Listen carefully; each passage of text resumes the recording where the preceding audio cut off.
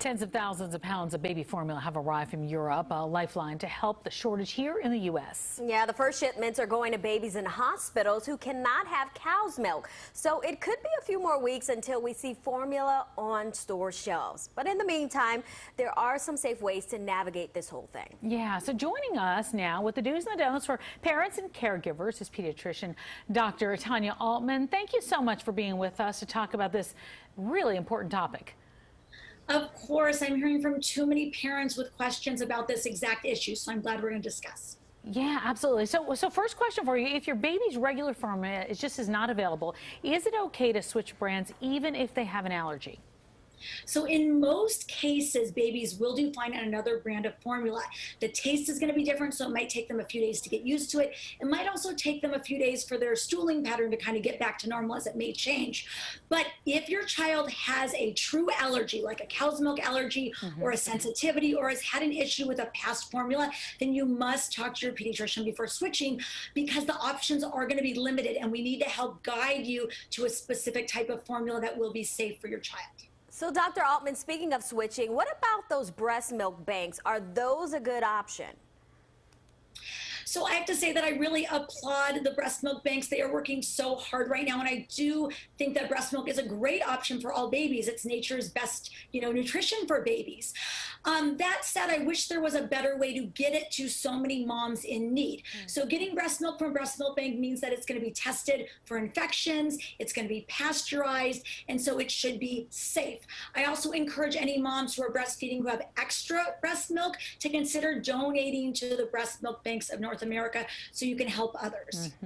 Well, since toddler formula is more readily available right now, would that be a good substitute for babies? So I think in many cases it is. Again, you should always talk to your own pediatrician. But when I have a child who's over 6 to 9 months of age, is eating a variety of solid foods, I do often recommend a clean label, nutrient-rich toddler formula. Now, you want to make sure there's no added sugar or corn syrup, but in many of these cases, the nutrition in it is very equivalent to the infant formula, and it has the added iron and everything else that older babies do need to grow and develop. So we know that some parents may be looking to stretch that formula that they do have, but we've been hearing that diluting it is not a good option. Why is that? So you don't want to dilute the formula. It's really important that you always follow the directions on the formula container that you buy. And I like to remind families that now that we're looking at international formulas, and for those that are importing, often the mixing directions are different. So you always want to read and make sure you're adding the right amount of water exactly, because it's a specific formula, and we need the nutrition requirements to be exactly the same. We need the electrolyte balance to be right. And when you add formula, you risk diluting all of that, which can cause serious health consequences in babies. And then one more thing, influencers posting their own homemade baby formula recipes on TikTok. Is that a viable option? I know. Even as I ask you. But the thing is that infant formula is such a scientific creation that has been made through decades of research in laboratories, and you have to get that exact right ratio of healthy fats, protein, electrolytes, vitamins, nutrients, and it's really hard to recreate that in your own kitchen. You can't simply buy the ingredients online. In addition, there's a risk of it becoming contaminated, and that's often what we see puts babies in the hospital, unfortunately. So we know the Biden administration also is getting baby formula shipped in from Europe. Is that an option for parents to buy it kind of internationally? So I think this is what's really going to save this infant formula shortage in the United States, is that the administration is now opening their doors to high quality, nutrient rich formula from abroad. And there are 3 countries that actually have equivalent food safety standards to the United States, and that is Australia, New Zealand, and Canada.